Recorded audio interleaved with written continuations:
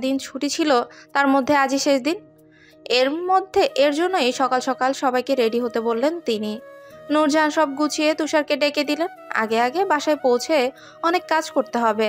তার একার সংসার যেভাবে রেখে এসেছেন মনে হয় সেভাবেই রয়ে গেছে, তাই সে এ বাড়িতে আর থাকতে পারল না।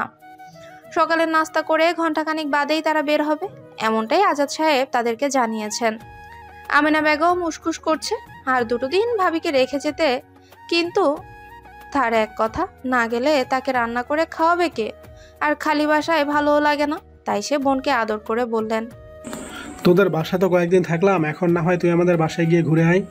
আমেনা বেগম মন খারাপ করেই চলে যেতে নিলে আবার বোনকে ডাকেন, আচ্ছা, এত অভিমান করতে হবে না, তুই তো দেখিস সেই ছোট্ট আমিনাই আছিস, কথা না রাখলেই মনে এক গাদা অভিমান জমিয়ে বসে থাকিস। যা, তোর ভাবিকে আবার কয়দিন পরেই পাঠিয়ে দিব, আমিও অফিস শেষে চলে আসব। এখন হবে? আমেনা বেগমের হয়তো একটু মন গলল, জবাব দিল, কথা দিয়ে যাও তাহলে, ভাবিকে কয়েকদিন পরেই আবার পাঠাবে। মা বাবা মারা যাওয়ার পর তো তোমরাই আমার সব, তোমরা ছাড়া আর কে আছে আমার? মা বাবা আমাদের ছেড়ে চলেই গেল, আর কটা দিন থেকে গেলে কি খুব ক্ষতি হতো ভাইয়া? আজাদ দীর্ঘশ্বাস ছাড়লেন। তারও যে ভারী কষ্ট হয় মা বাবার জন্য। চোখের কোণে পানি চিকচিক করছে আমেনার, তাই নিজেকে যথেষ্ট সামলে উত্তর দেয়, না, এমন কথা বলতে নেই আমেনা, আল্লাহর ডাকে সবাইকে চলে যেতে হয়। মা বাবার মতো আমরাও তো একদিন এভাবেই চলে যাব, কয়েকদিনের মেহমান হয়েই পাঠায় আমাদের। সে যাই হোক, এসব নিয়ে মন খারাপ কেন? আমি আছি না, আতিক ভাই আছে, কথা দিচ্ছি তোর ভাবি কয়েকদিন পরেই আসবে। তুষার ঢাকা চলে যাওয়ার পর পাঠিয়ে দিব। তুষার কবে যাবে ঢাকা? ছেলেটা ভালো মতো কয়েকদিন থেকে যেতেও পারে না, নিজের ওপর খুব প্যারা যাচ্ছে বোধ হয়। তা তো যাবেই, নয়তো সিজিপিএ ভালো হবে কি করে? হ্যাঁ, তা তো বটেই। আচ্ছা, এখন আসো, নাস্তা করে নাও। চল সবাই মিলে নাস্তা করি, এরপরেই বের হব। আমেনা বেগম চলে গেলেন সবাইকে ডাকতে। খাবার টেবিলে তুষার কালকের ঘটনা মনে পড়ায় কয়েকবার তুষির দিকে আর চোখে তাকিয়েছে। যতবারই তুষিকে খেয়াল করলো ততবারই তুষি কেমন যেন দাঁত কেলিয়ে দুষ্টু হাসি হেসেছে। ব্রু কিঞ্চিত করে ভাবুক হয়ে অনেকক্ষণ মনে মনে ভেবেও এই হাসির কোনো কারণ জানতে পারলো না। মাথাটা কি পুরোই খারাপ হয়ে গেল এই বেয়াদবের? হলে হতেও পারে, কালকের ডোজটা তো আর ছোটোখাটো নয়, তাই হয়তো সামলাতে অনেক কষ্ট হচ্ছে। যেখানে তুষির লজ্জা পাওয়ার কথা সেখানে হাসতে দেখে ভারী অবাক হলো তুষার। খেয়ে নিয়ে তুষার রুমে চলে গেল মায়ের তাড়ায়। তিনি বলে দিয়েছেন মাত্র 10 মিনিটের মধ্যে রেডি হবি, 1 সেকেন্ডও দেরি না হয় যেন। সব কাপড় আগেই ব্যাগে গুছিয়ে রাখা ছিল, শুধু আজ যেটা পরে যাবে সেটাই ওয়ার্ড্রফে রাখা। তুষার একটু খুঁতখুঁতে স্বভাবের, মন মতো যদি কোনো কাজ না হয় তবে মাথা গরম হয়ে যায়। এলোমেলো করে রাখা ঘর এক পরিমাণও দেখতে ইচ্ছে করে না। সব সময় সে নিজেই রুম গুছিয়ে রাখে, দেখলে যে কেউই ভাববে এটা কোনো ছেলেদের রুম নয়, বরং হয়তো কোনো মেয়ের। তুষি আবার এর উল্টো ভার্সন, তার একমাত্র বিছানাতেই হ্যাকের ভেতর সব পাওয়া যায়, বই, খাতা, কাপড়, টাওয়াল, ফোনের চার্জার, স্কুল ব্যাগ। এক কথায় বলা যায় বিছানায় তার আসল জায়গা। আর কোনো আসবাব লাগবে না তার রুমে, বিছানায় শুয়ে বসেই পড়া শেষ করে ফেলে। মাঝে মাঝে মায়ের জোরাজুরিতে টেবিলে বসতে হয়, সে পারে না বিছানাতেই ব্রাশ গোসল করতে। তুষার ঝটপট রেডি হতে গিয়ে দেখে নতুন কেনা পারফিউমটা কোথাও নেই। হন্তদন্ত হয়ে সারা রুম খুঁজেও তার টিকিটাও পাওয়া যায়নি। মনে শুধু একটাই কথা ঘুরপাক খেলো, তখন তুষু চুন্নি নাইনি তো? ওর দ্বারা এটাই সম্ভব, আগে থেকে এমন করে আসছে। আর এখন এটা নতুন কি? আমার সব প্রিয় জিনিসের দিকেই তো তার শুধু নজর যায়। নষ্টা নজর নিয়ে কেমনে বাঁচে ভাই? সামান্য পারফিউমকেও শেষে রেহাই দিল না। এরপর শার্ট প্যান্ট পরে বেরিয়ে আসলো। একবার ভাবলো কথা বলবে না তুষির সাথে, পর মুহূর্তে মনে হলো যাওয়ার আগে অল্প কথা বলে যাওয়াই উচিত। আবার কত মাস বাদে দেখা হবে কে জানে। পরীক্ষার চাপে 2 মাস আসবে না বলেই মনস্থির করেছে তুষার। তবে এটা পুরোপুরি সত্যি বললে ভুল হবে। সত্যি তো হচ্ছে যে পর্যন্ত তুষি নিজে থেকে আসতে না বলবে ততদিনই আসবে না সে। সবসময় কেনই বা তার দেখা তৃষ্ণা থাকবে? তুষির কি ইচ্ছে করে না? এবারে সে দেখেই তবে সে ক্ষান্ত হবে। তুষি নিজ থেকে যদি মনে না করে, তার যতই আসার জন্য মন আকুপাকু করুক, কোনোভাবেই সে আসবে না। আসবে না মানে আসবে না। সারাক্ষণ রুমে বসে বসে কি ছাইপাস পড়িস? এর থেকে পাঠ্য বই পড়লেও তো বেয়াদবি ভুলে জ্ঞান অর্জন করতে পারিস। পরীক্ষায় টেনে টুনে অনেক পাস করেছিস, এবার পারলে ভালো রেজাল্ট করার চিন্তা ভাবনা কর। এই বলেই তুষার বিছানায় একটু আরাম করে বসলো। তুষি রুমে উকি দিয়ে দেখছিল। হুমায়ুন আহমেদের মেঘ বলেছে যাব বইটির দিকে একদৃষ্টিতে পূর্ণ মনোযোগ দিয়ে পড়ছে তুষি। বই থেকে মুখ না তুলেই জবাব দেয় তুষি। এইসব বইয়ের মানে তুমি কিভাবে বুঝবে তুষার ভাই? পারো তো শুধু পায়ে পা দিয়ে ঝগড়া করতে। তুমি কখনো কাউকে চিঠি দিয়েছো? এই দেখো, এই বইটায় হাসান 2 লাইনের চিঠি এমনভাবে মনের মাধুরী মিশিয়ে লিখে, যা পড়ে তিতলি লজ্জায় মরি মরি হয়ে যায়। হায় কপাল, জীবনে একটা হাসানের যে বড্ড অভাব। খেয়ে তো কাজ নেই, আজাইরা সময় নষ্ট করে চিঠি লিখতে যাব? আমার সময়ের দাম আছে, বুঝেছিস? আমি কোথায় পড়ি জানিস? ঢাবিতে, যেটা তুষির স্বপ্ন হয়েও থেকে যাবে আজীবন। তুষি বইটা বিছানার পাশে রেখে তুষারের মুখের দিকে একবার তাকিয়ে জবাব দেয়। এই ঢং, ঢাবিতেই পড় আর কিছুতেই পড়। যদি একটা চিঠি না লিখতে পারো তাহলে এত পড়ে করলেটা কি? এ পড়ে দাম নেই, বুঝলে? এমন চিঠি লিখতে হবে, সেটা 1 লাইন হোক বা 10 লাইন, যে পড়বে সে যেন লজ্জায় নুয়ে পড়ে, মন কেমন কেমন করে, আর মুখে ফুটে উঠবে তৃপ্তির হাসি। তবেই তো সেটা হবে চিঠি। শুনেছিলাম হাসান বেকারত্বের জন্য তিতলিকে পায় না। ভার্সিটির এক লেকচারারের সাথে হুট করে বিয়ে হয়ে যায়। আর তুই ভালোবাসার দেয়া চিঠির কথা বললি। প্রথমে হয়তো তিতলি বিয়েটা মেনে নেয় না, তবে শেষে তো তিতলি নিজেও বিয়েটা মেনে নেয়, দুজনে এক হয়ে যায়। এবার বল, আমি কি হাসানের মতো ভুল করব? মোটেও না। এই ছোট্ট জীবনে আমি নাদান এক বাচ্চা, এত বড় রিস্ক নিতে চাই না। তার মধ্যে শ্বশুরটা যে কঠোর, ওরে আল্লাহ! আমার ভবিষ্যৎ আমি নিজ চোখে হাসানকেই দেখতে পাচ্ছি। আমার সামনে দিয়েই কেউ ছো মেরে প্রিয়তমাকে নিয়ে ভাগছে। এই আমি সময় নষ্ট করে তার জন্য চিঠি লিখবো, আর সে আমাকে বেকার বলে অন্যের গলায় পড়বে মালা? এটা তো হতে দিব না। তাই বেকারত্ব ঘুচিয়ে বিয়ের পিড়িতে বসার প্ল্যান আমি এখন থেকেই করছি, যাতে তিতলিকে পেতে পারি। এরপর না হয় সারা জীবন চিঠি লিখে শোনাবো। নিরামিষ কোথাকার, যাও তো এখান থেকে। তুষার আবারও বলা শুরু করলো। শোন, বইয়ে হাসান যেমন কখনো নিজের জন্য ভাবেনি, মারা যাওয়ার আগে পর্যন্ত অন্যের জন্যই ভেবে গেছে, এমন মানুষদের বেঁচে থাকার অধিকার নেই। এদের মরে যাওয়াই উচিত। ভালো হয়েছে হুমায়ুন আহমেদ হাসানের মৃত্যু দিয়েছে। বেশ হয়েছে, মরে যাস শালা। এই, তুমি এত সব জানলে কিভাবে? তুমিও বই পড়ো? ম্যাজিক। পর মুহূর্তে একটু থেমে আবার বলে। আচ্ছা শোন, ভালোভাবে পড়াশোনা করবি। ফাঁকি অনেক হয়েছে, এবার পড়তে হবে। ভালো রেজাল্ট করলেই আমার মতো জামাই পাবি, নয়তো রিক্সাওয়ালা কপালে জুটবে, বুঝলি বেয়াদব? একসময় ঠিকই বুঝতে পারবি। উপন্যাস পড়বি, তবে অবসরে। জ্ঞান আমি দিতে আসিনি, আর দিতে চাইও না। একটু পর বের হব, আর কালকে বড়জোর ঢাকা চলে যাব। ভালো থাকিস। টেস্ট পরীক্ষাটা ভালো হওয়া চাই। তুষির যে কষ্ট হচ্ছে না এমনটা নয়, খুব কষ্ট হচ্ছে, খুব। তাই তো পড়া বই আবার নিয়ে বসেছে। সেই কখন থেকে সে ধরা গলায় শুধালো। আসলেই চলে যাচ্ছ? আবার আসবে কবে? তুষারের সহজ জবাব। তুই যখন আমায় কাছে ডাকবি তখন একবার ডেকেই দেখিস। মজা করো সব সময়, ধুর, ভালো লাগে না, যাও তো। এই বলেই ব্যালকনিতে চলে গেল সে। চোখের পানি তুষারের সামনে অনেক কষ্টে সামলাতে পেরেছে, এখন আর পারবে না।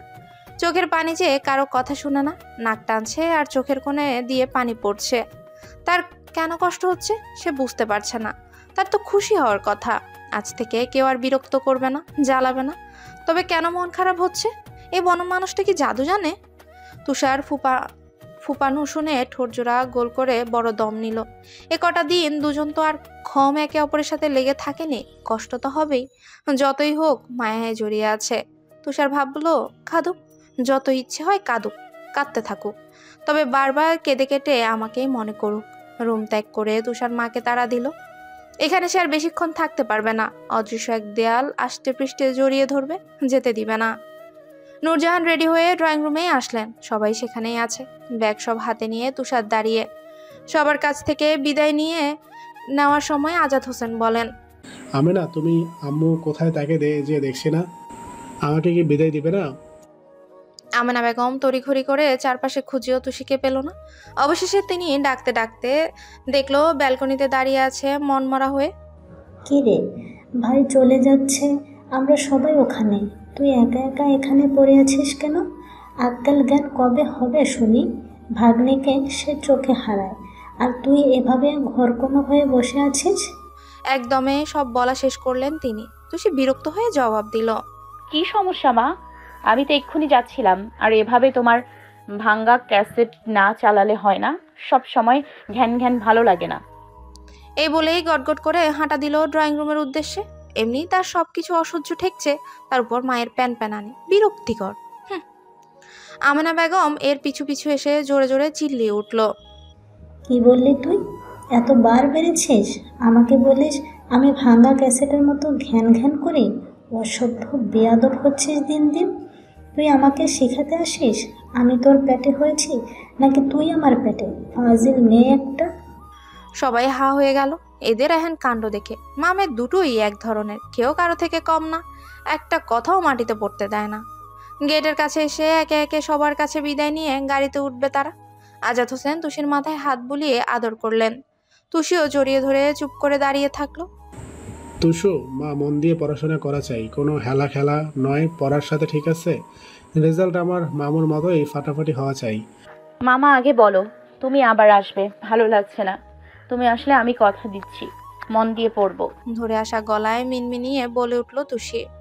আজাদ হোসেন মৃদু হেসে বলে, পাগলি মেয়ে, আমি তো আসবোই, তা আবার বলতে হয়? এহেন ন্যাকামো দেখে তুষার মনে মনে বলল, ঢং, মামু আসলেই পড়বে, না হলে পড়বে না। আসলে আমি তো জানি তোর মনের খবর, তুই কোনো কালেও ঠিক মতো পড়বি না। উপন্যাস বই পড়ে ছ্যাঁকা খাওয়ার মুড়ে বসে থাকবি, আর আমি কি বোঝাতে চাই সেটা না বুঝেই উল্টাটা বুঝে নিবি। এসবই হলো তোর দ্বারা। গাড়িতে ওঠার আগে তুষির খুব নিকটে আসলো। এরপর কানে কানে ফিসফিসিয়ে মৃদু স্বরে বলে, এত কান্না না করে সব ইগো আর দূরত্ব ঘুচিয়ে একবার কাছে ডেকে দেখো। সব কিছু ছেড়ে ছুড়ে আমি আসতে বাধ্য। কোনো অহেতুক নিয়ম তখন মানব না। যদি তোর কান্নায় চোখের কাজল লেপটে যায়, তবে আমি কান্নাকে খুব ভালোবাসি। লেপটে যাওয়া চোখে কি আফিম মেশানো থাকে? তবে কেন সেই চোখে ঠোঁট ছোঁয়াতে ইচ্ছে করে? শোন মেয়ে, তোকে খুব মিস করব।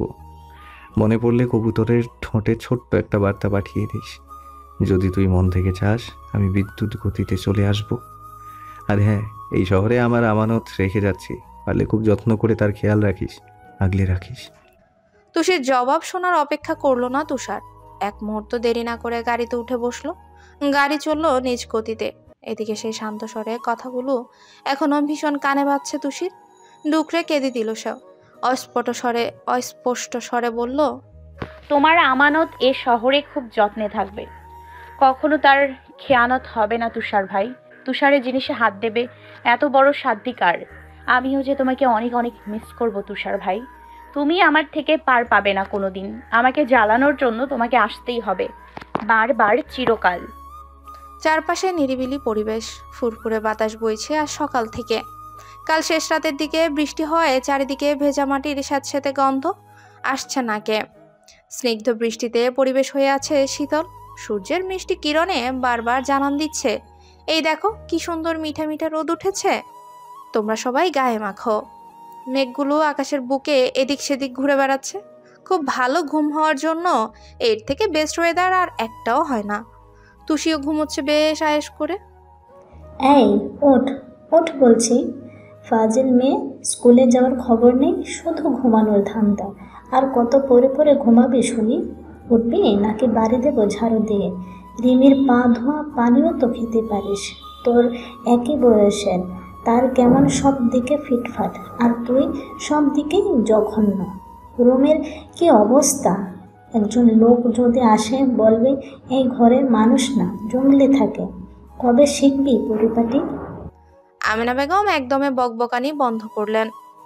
তুষি কান চেপে কাঁদো কাঁদো গলায় বলল, আল্লাহর দোহাই লাগে মা, বন্ধ করো তোমার ভাষণ। আমি অগোছালো, সবসময় এমনই থাকবো। যার বউ হব সে পরিপাটি হলেই চলবে। এই আয়েসি ভঙ্গিতে ঘুমানো বেশিক্ষণ টিকলো না তুষির। সকাল সকাল আমেনা বেগমের চেঁচামেচিতে তুষিকে অবশেষে উঠতেই হলো। চোখে মুখে তার একরাশ বিরক্তি নিয়ে ঘুমে ঢুলু ঢুলু হয়ে ওয়াশরুমের দিকে চলে গেল সে। প্রায় 13 দিন পর আজ সে স্কুলে যাবে। রিমি 2 দিন ধরে স্কুলে যাচ্ছে। তুষিকেও কত করে যেতে বলেছে, তবুও তার মনের বিপক্ষে স্কুলে যাওয়া সম্ভব হয়নি। মন যা বলে তার বিরুদ্ধে কোনো কাজ করার এত বড় সাধ্য আছে কি কারো? তুষারের চলে যাওয়ার আজ 3 দিন হয়েছে। এই 3 দিনে সারাক্ষণ একরাশ মন খারাপ নিয়েই তুষি রুমের ভেতরেই থেকেছে। যতই ভেবেছে ওই বনমানুষকে সে মনে করবে না, ততবারই বেশি বেশি মনে পড়েছে। পড়তে বসার সময় কতবার যে খেই হারিয়ে বসেছে তার হিসেব নেই। আস্ত জঙ্গলি ভূত, এ কি জাদু করলো তাকে? দূরে গেলে ইচ্ছে হয় পাশে থাকুক সারাক্ষণ, আর কাছে থাকলে এক বিন্দুও সহ্য হয় না। মেজাজ চটে যায় 1 সপ্তাহ আকাশ উপরে। সবসময় তুষারময় ভাবনায় স্কুলেও যেতে পারেনি সে। জুই কাল রাতে ইচ্ছে মতো ঝেড়েছে। এটাতে অবশ্যই একটু কাজ হয়েছে, তাই রাতে জুইকে খুব ভালোভাবে আশ্বাস দিয়েছে আজ স্কুলে যাবে সে। রাতে যখন ঘুম আসতো না, আগের ঘটনা মনে করে একা একাই হেসে কুটি কুটি হতো তুষি। তুষারের বলা কথাগুলো সে যেমন ভঙ্গি করে বলতো, ঠিক সেভাবেই তুষিও নিজে নিজেই নকল করে আওড়াতো। আবার কখনো বা তুষারের পারফিউম আর টি শার্ট পরে আয়নার সামনে এক দৃষ্টিতে তাকিয়ে থাকতো আর মিনমিন স্বরে বলতো, এই দেখো তুষার ভাই, তোমার মতো জঙ্গলি ভূতের থেকে আমার গায়ে টি শার্টটি খুব ভালো মানিয়েছে। তোমার ইউজ করা টি শার্টে যে তুমি মিশে একাকার, তবে কেন আমি নতুনটা নিতে যাব? এবার বুঝলে কোন স্বাদে আমি এগুলো ফুলে নেই? এটা হচ্ছে আমার। এই টি শার্ট যখন পরি মনে হয় আমাকে তুমি 2 হাতে আষ্টে পিষ্টে জড়িয়ে ধরে আছো। ইস, তুমি এত নির্লজ্জ কেন তুষার ভাই? আর পারফিউমটা গায়ে মাখলে মনে হয় তোমার গায়ের মিষ্টি সুবাস আমার গায়ে মেখে থাকে। এভাবে উল্টাপাল্টা ভাবতে ভাবতেই নিজেই লজ্জায় রাঙা হয়। আবার হুট করে মাঝরাতে ঘুম ভেঙে যাওয়ার পর তুষির তখন মন যে অনেক আকুপাকু করে তুষারের কণ্ঠস্বর শুনতে। কল করবে করবে করেও কোনো সময়ই করতে পারে না সে। মনে কি যেন এক ভয় জেঁকে ধরে। তুষার ভাই রেগে মেগে বোম হয়ে যদি এক রামধমক দেয়, তখন অযথা বলে, হ্যাঁ এই তুষুর বাচ্চা, আমার সময়ের দাম জানিস না? আমি কি তোর মতো অকাজে সময় নষ্ট করি? এই অসময়ে কেন তুই কল করলি? ভাই আমি ভীষণ ব্যস্ত, বাপের টাকা তোর মতো নষ্ট করি না, নিজেই ইনকাম করি বুঝলি? রাজাকারের বংশধর তোদের মতো আমার তো আর হারাম টাকায় চলতে ইচ্ছে করে না। সব আমার কষ্টের টাকা, খুব দামি। কল করেছিস কেন সেটা বলে এক্ষুনি রাখ ফোন। মনে মনে হেসে উঠল তুষি। এসব অহেতুক চিন্তা ভাবনা অটোমেটিক চলে আসার কারণে তুষির আর সাহসে কল দেওয়া হয়ে ওঠে না। মনে পড়ে যায় এই কদিনের সকল ঘটনা। এতক্ষণ আয়নার সামনে বসে এসব ভেবেই রেডি হয় সে। তারপর ড্রয়িং রুমে সোফায় বসে। আমিনা বেগম তাড়া দিল তুষিকে। মা, এই মা, টিফিন কি তুমি আজ দেবে নাকি রেখেই চলে যাব? আমার দেরি হয়ে যাচ্ছে মা। রান্নাঘর থেকে হন্তদন্ত হয়ে বের হলেন আমিনা বেগম। এরপর উত্তর দেয়, সকাল থেকে কি আমি বসে আছি? কাজ করছি দেখতে পাচ্ছিস না? সে কখন থেকে ডেকে চলছি তোকে, তার খবর কি আছে? বেয়াদব, দেরিতে উঠবি আর আমাকে হুকুম করবি? সবাই মিলে তো আমাকে বুয়া পেয়েছিস, কাজের বুয়া। এই নে, খেয়ে আমাকে উদ্ধার কর। কথাটা বলেই আবার রান্নাঘরের উদ্দেশ্যে রওনা দিলেন তিনি। প্লেটে খাবার দেখে চোখ মুখ কুচকালো তুষির। সকালে একদম খেতে ইচ্ছা করে না তার, আর প্রতিদিন তার মা জোর করে অল্প হলেও খাইয়ে ছাড়বে। তুষি জোর গলায় বলে, মা কয়দিন বলে বোঝাবো তোমায়, সকালে খেতে ভালো লাগে না, তাও কেন বারবার এই কাজ করো তুমি? টিফিন দিলে দাও, না হলে গেলাম আমি। আই রিমির বাচ্চা, কি এত ডলাডলি করছিস মুখে? কখন হবে তোর? আমি কিন্তু চলে যাব কুত্তা। কথা বলা শেষ হতেই মাথায় খুব শক্ত চোট পেল। সামনে তাকিয়ে দেখলেন আমিনা বেগম রাগে গজগজ করছে। আর তার আর বোঝা বাকি রইল না চামচ দিয়ে মাথায় কে চাটি মারতে পারে। তুই গালি দিলি কেন? হ্যাঁ বল এখন, রিমি কখন ওঠে আর তুই কখন ঘুম থেকে উঠিস সে খেয়াল আছে তোর? নবাবজাদি হয়েছে, সকাল থেকে মেয়েটা পড়তে বসে, মাত্রই রেডি হতে গেল, খেয়ে নেই। আর তুই কি কি করলে শুনি এতটা সকাল হয়েছে? আবার আমার সামনে জোরে গালিও দিচ্ছিস। বেয়াদব, সব কটা দেখে দেখে ফাজিল মেয়ে হয়েছে আমার পেট থেকে। এই বলেই তুষির মুখে খাবার পুরে দিলেন আমেনা বেগম। তুষি খাবার মুখে থাকায় কিছু বলতে পারছে না। ভাঙা রেকর্ড শুরু করে দিয়েছে, স্কুলে না যাওয়া পর্যন্ত বন্ধ হবে না, যেটা বেশ জানে তুষি। তাই সে আপাতত মন দিয়ে খাচ্ছে আর মায়ের ঘ্যান ঘ্যান গিলছে। রিমি ওর আম্মুর সাথে বের হয়ে আসলো, বলল, এবার চল, আমার হয়েছে। নাজমা বেগম রিমিকে প্রশ্ন করে, দুজনের টিফিন বক্সটা নিয়ে যা। সকাল সকাল উঠে এমনি এমনি তো আর নাস্তা বানাইনি। আর ভাবি, আপনি টুসিকে অনেক বকেছেন, এবার যেতে দিন। সবাই আদরে আদরে তো আজ তো বাদর বানিয়ে ফেলেছ, একটু শাসনও করতে পারে না, তার আগেই তোমরা হাজির। বাবা চাচা চাচির আশকারায় আহ্লাদি হয়েছেন তিনি। আমেনা বেগম কথাটা বেশ হতাশ হয়েই বলে। তিনি টিফিন বক্সটা জুড়ে টেবিলে রাখলো, এরপর নিজের কাজে চলে গেল। রিমি তুষিও স্কুলের উদ্দেশ্যে বের হলো। হ্যালো বন্ধুরা, পরবর্তী পার্ট খুব তাড়াতাড়ি আসবে, তো সবাই অপেক্ষায় থাকো। আর চ্যানেলটি যারা এখনো সাবস্ক্রাইব করনি তারা পরবর্তী পার্ট দেখার জন্য চ্যানেলটি সাবস্ক্রাইব করে রেখো। ধন্যবাদ সবাইকে, আমাদের সাথেই থেকো।